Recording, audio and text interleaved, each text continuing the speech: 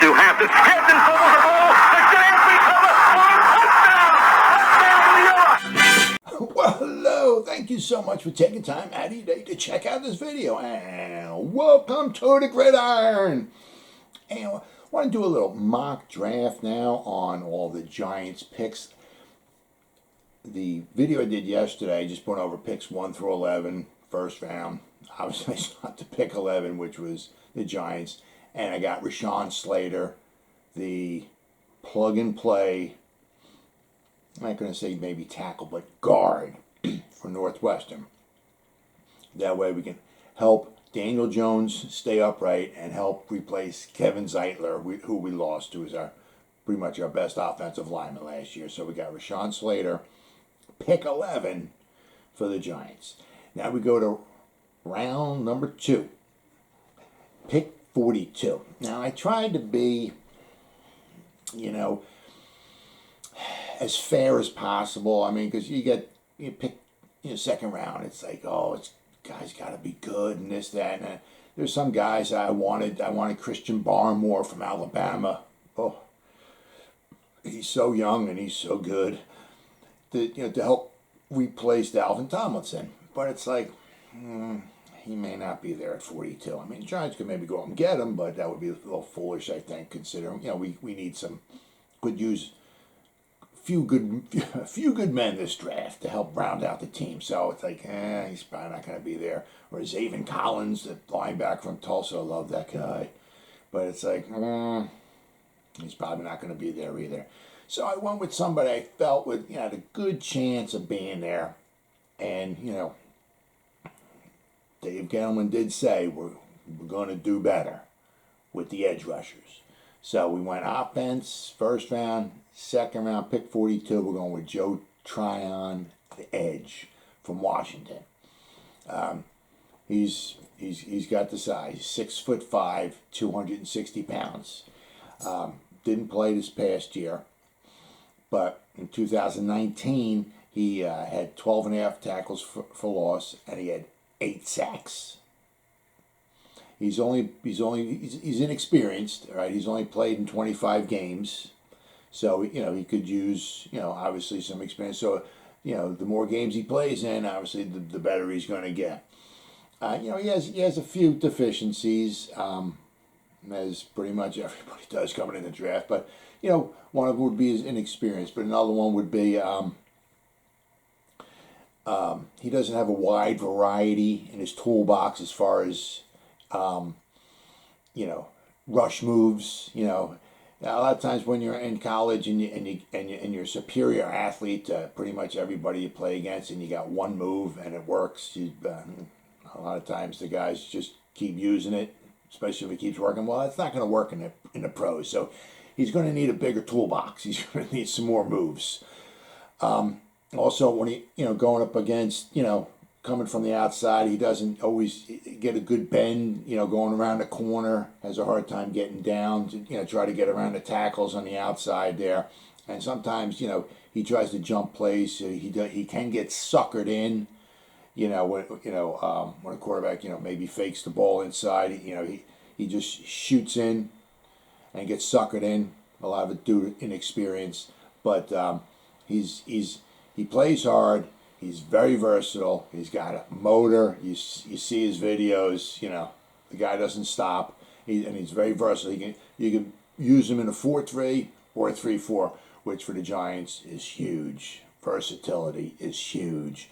A good, solid edge rusher would be huge. One thing you got to look at is also his size, 260. I mean, some of the other guys, Jaelan Phillips or Azeez Ojulari, they're smaller, good edge rushers, obviously, but I mean, this guy's got some size to him. He can also help, with the run, set the edge maybe.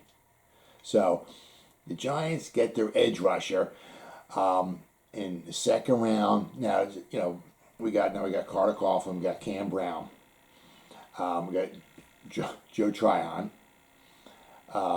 we got the X-Man. But then, we got, Lorenzo Carter, but this is his last year. Does he come around? Do we sign him again next year? Who knows? Can he stay healthy? Who knows? Got Ryan Anderson. For 1 year though. So I don't know if we're going to re-sign him.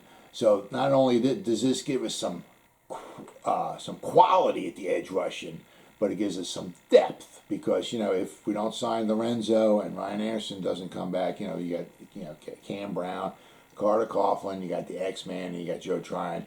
We got a couple other guys here or there, but nobody of major importance, shall we say. So this gives us some quality at the edge rushing, but also gives us some needed depth. Now, if we don't sign Anderson or Lorenzo, we can always in the second or third round next year grab another edge rusher. Then you have Joe Tryon and you have somebody else. Then you got bookends. Oh, wouldn't that be amazing, huh? So anyway, so pick 42 to the Giants. Joe Tryon, edge, Washington. Then we go to the third round, pick 76.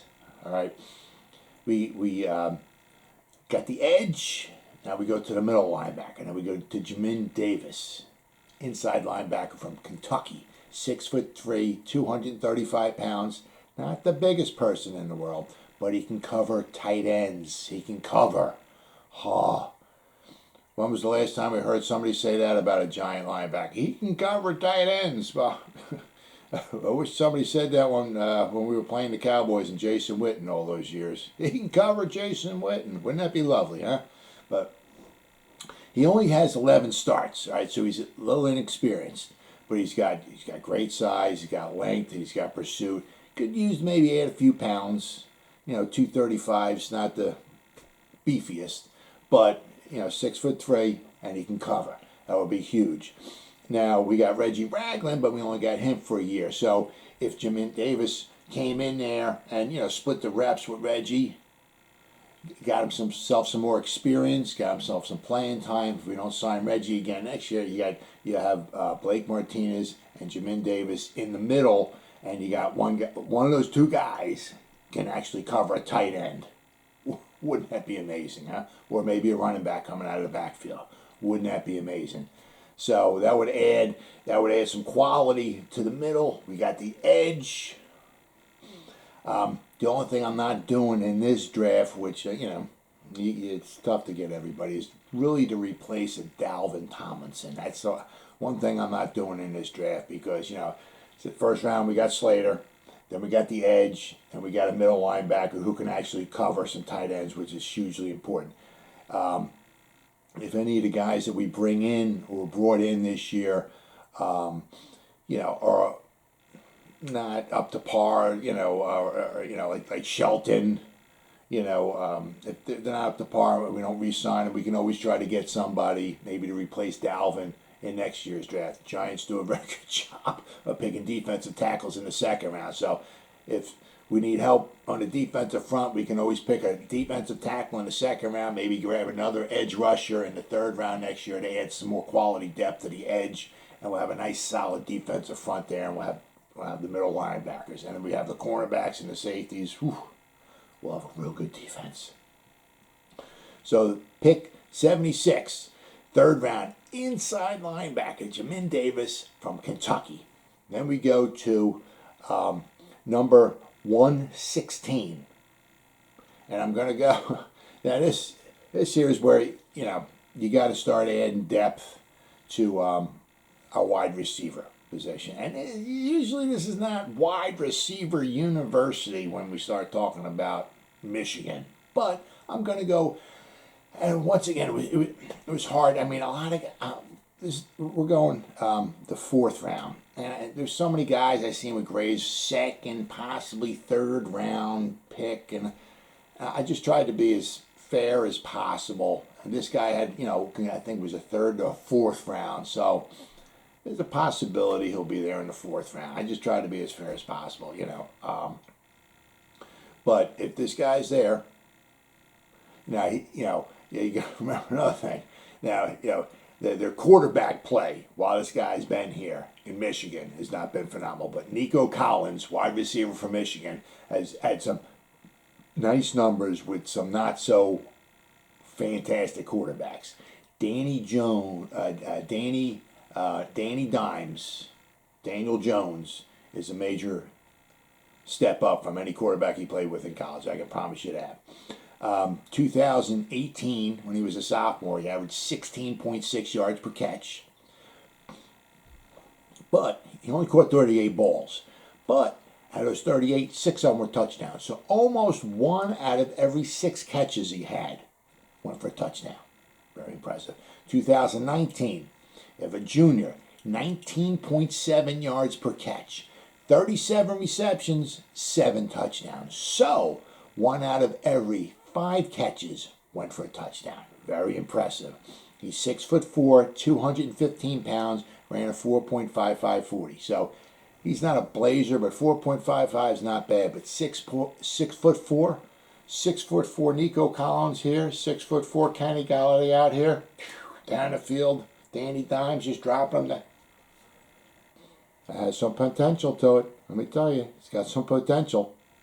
So that adds some depth to the wide receivers. But we're not done there. Not done yet. We're going to add some more depth to the wide receivers. In the 6th round with pick 196, our 5th round pick went to the Jets for Leo Lyon. Our 7th round pick went to the Broncos for Isaac Yiadom. We got an extra 6th round pick from Marcus Golden when we let him go to the Cardinals. So with one of our 6th round picks, we get another wide receiver. Warren Stewart. Yeah, I know. I'm sure you haven't heard of him, but he's from Colorado State. 6'6", 206 pounds. Ran a 4.5940. It's not a blazer, but 6'6". Now, he opted out of the 2020 season, okay? But 2017, he caught only 15 balls. 17.6 yards of reception. 2 touchdowns. So basically, 1 out of every 7 catches was a touchdown. 2018, 32 receptions. 12.66 yards per reception. Nothing phenomenal there, but 4 touchdowns. So basically, 1 out of every 8 catches went for a touchdown. 2019, 77 catches, 1,119 yards, 14.5 yards reception, and 8 touchdowns. So almost 1 out of 9, 1 out of every 10 times he caught the ball went for a touchdown. But he's 6'6". Now in this draft, I'm not adding like some quality at the slot or anything. These guys are, down to large, tall the targets for Danny Dimes. But 6'4" and 6'6", the guys can go get the ball. They got some speed to them. So that's some quality depth there at the wide receiver position. And we got one more pick to go. It would be a running back we're going to take because we only got Saquon and Devontae Booker. So we got to get that 3rd running back in there. So we'll pick 201. Got Jermaine Martin, running back from North Carolina A&T. A&T. I just AT&T, I like saying that. But from North Carolina A&T. 5'10", 214 pounds. Ran a 4.5540. All right. He's not much of a pass catcher. But, if he needs to give Saquon a rest, Saquon's been out there for a few plays, whatever, he needs a little bit of a breather, more than happy to bring him in. He's 5'10", 214, very low to the ground, powerful. He runs pretty much north and south, but he runs, with some aggressiveness to him. 2019, 151 carries, 1,246 yards. 151 carries, 20 touchdowns, 8.3 yards per touch. Pretty good. So basically, 1 out of every 7.5, or 2 out of every 15 times he ran the ball, he scored 2 touchdowns for every 15 times he ran the ball. 8.3 yards a carry. And I said, you're not going to get much out of the passing game. So, but in the 6th round, as I said, I've seen guys with grades with 3rd round grade to a 5th round. It's like very tempting to pick those guys, but I just tried to be as fair as possible. And when you get to the 6th, 7th round, you're not going to find guys who are phenomenal receivers, phenomenal blockers, phenomenal runners, phenomenal everything. If you did, they'd be in the 1st or 2nd round. So So what we did here, we added some quality depth to the running back position, quality depth to the wide receivers. We have like 8 tight ends on the roster.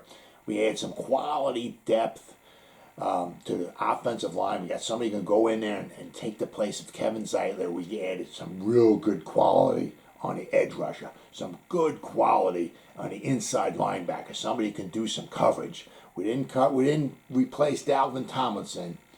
So if we find ourselves a little weak there, we can always do that and draft next year. But we got the cornerbacks, we got the safeties, you got the middle linebackers. Now you got a good edge rusher. Boy, we have a good defense. So that's some quality depth all around. And those are my 6 picks that I have for the Giants. Picks 11, 42, 76, 116, 196, and 201. Well, as always, guys, thank you so much for taking time any day to check out this video. You guys stay safe out there and go Giants. Woo!